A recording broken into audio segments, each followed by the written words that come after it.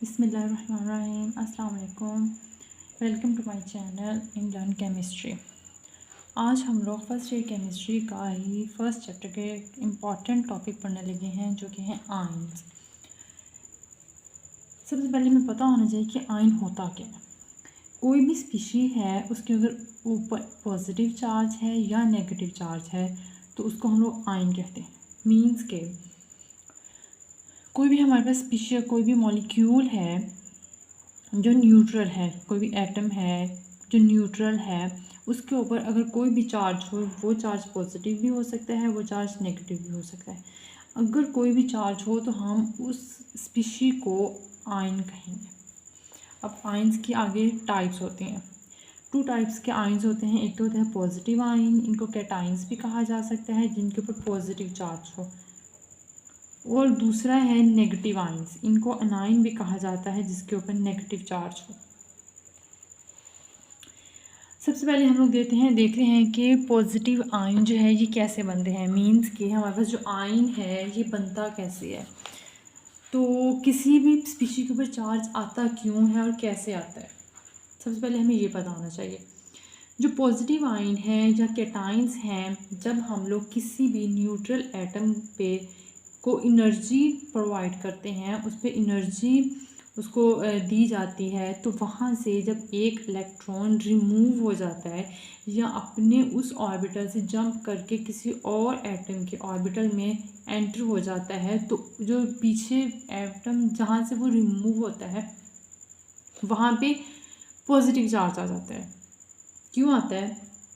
जब हम लोग उसको एनर्जी दे रहे हैं, एक एटम है उसको हमने एनर्जी दी है उस पर, तो वहाँ से एक उसका जो मतलब इलेक्ट्रॉन होगा वो मूव कर जाएगा किसी और एटम्स के ऊपर या ऑर्बिटल्स के ऊपर, तो वहाँ पे पॉजिटिव चार्ज आ जाएगा। मींस कि वहाँ पे एक इलेक्ट्रॉन की कमी है, वहाँ पे डेफिशिएंसी हो गई है, तो इसको कहते हैं कैटाइंस।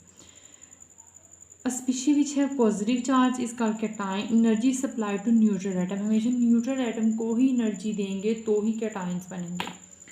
यहाँ पे जैसे है कि हमारे पास ये एक एटम है, इसको हमने एनर्जी प्रोवाइड की है, तो यहाँ से एक इलेक्ट्रॉन रिमूव हो रहा है, तो यहाँ पे जो एटम है इसके ऊपर पॉजिटिव चार्ज आ गया। मीन्स कि अब इसके अंदर एक इलेक्ट्रॉन की डेफिशिएंसी है जिसको रिप्रेजेंट कर रहा है।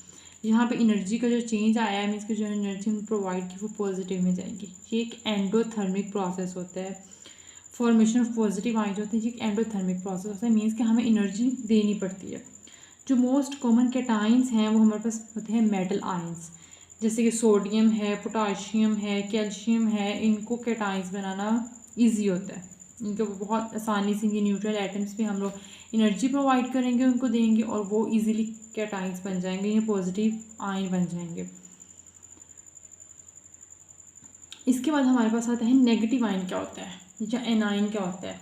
जब कोई एक न्यूट्रल एटम है उसमें से कोई एक इलेक्ट्रॉन उसमें ऐड हो रहा है, तो वहाँ पे नेगेटिव साइन आएगा उसके ऊपर। मीन्स कि अब यहाँ पे एक इलेक्ट्रॉन की एक्सेस हो गई है, वहाँ से एक इलेक्ट्रॉन रिमूव किया जा सकता है अगर किसी और एटम को अपने ऑर्बिटल में किसी इलेक्ट्रॉन की ज़रूरत है, तो यहाँ से वो ले सके। इसका मीनिंग ये है।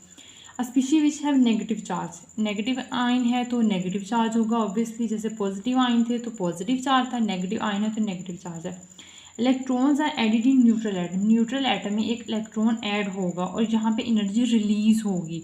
जब इलेक्ट्रॉन रिमूव हो रहा है तो एनर्जी अब्जॉर्ब कर रहा है वहाँ से, लेकिन जब इलेक्ट्रॉन ऐड हो रहा है तो एनर्जी वहाँ से रिलीज़ हो रही है, और ये एक एक्सोथर्मिक प्रोसेस होता है। मीन्स कि एनर्जी रिलीज़ हो रही है।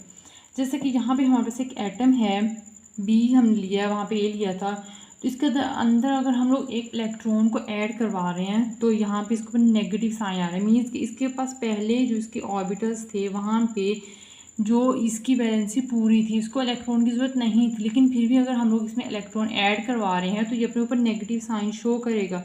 मीन्स कि इसके पास एक इलेक्ट्रॉन ज़्यादा है, ये किसी को दे सकता है जब किसी और को ज़रूरत पड़े तो यहाँ पे जो डेल्टा एच हो गई इसकी वैल्यू नेगेटिव में आएगी। इसके कॉमन अनाइंस जो होते हैं वो एफ नेगेटिव, फ्लोरीन, क्लोराइड, और आयोडाइड जैसे होता है, इनको इजीली हम लोग इनके अंदर इलेक्ट्रॉन्स को ऐड करवा सकते हैं।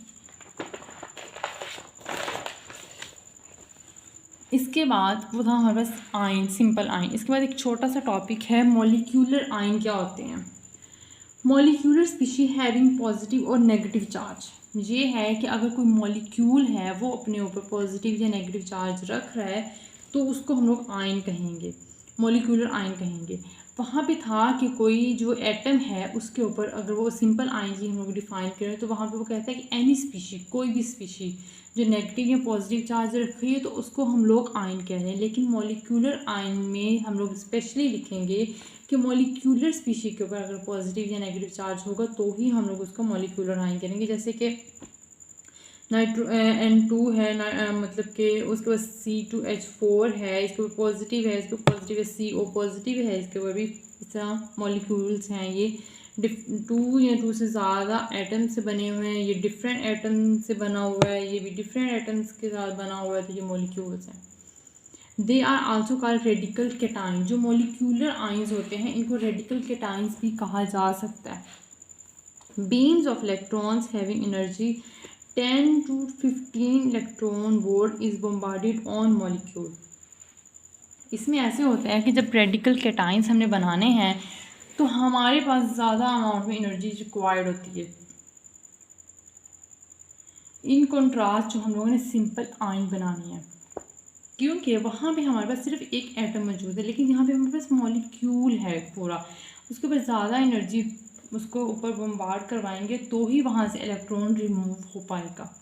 तो यहाँ पे वो कहता है कि हमारे पास at least 10 to 15 electron volt energy होगी तभी वहाँ पे हम लोग वहाँ पे रेडिकल कैटाइन बना सकते हैं उसको। या वहाँ से एन इलेक्ट्रॉन इज़ रिमूव्ड, वहाँ से इलेक्ट्रॉन रिमूव हो जाएगा, radical cation is formed, radical cation बन जाएगा।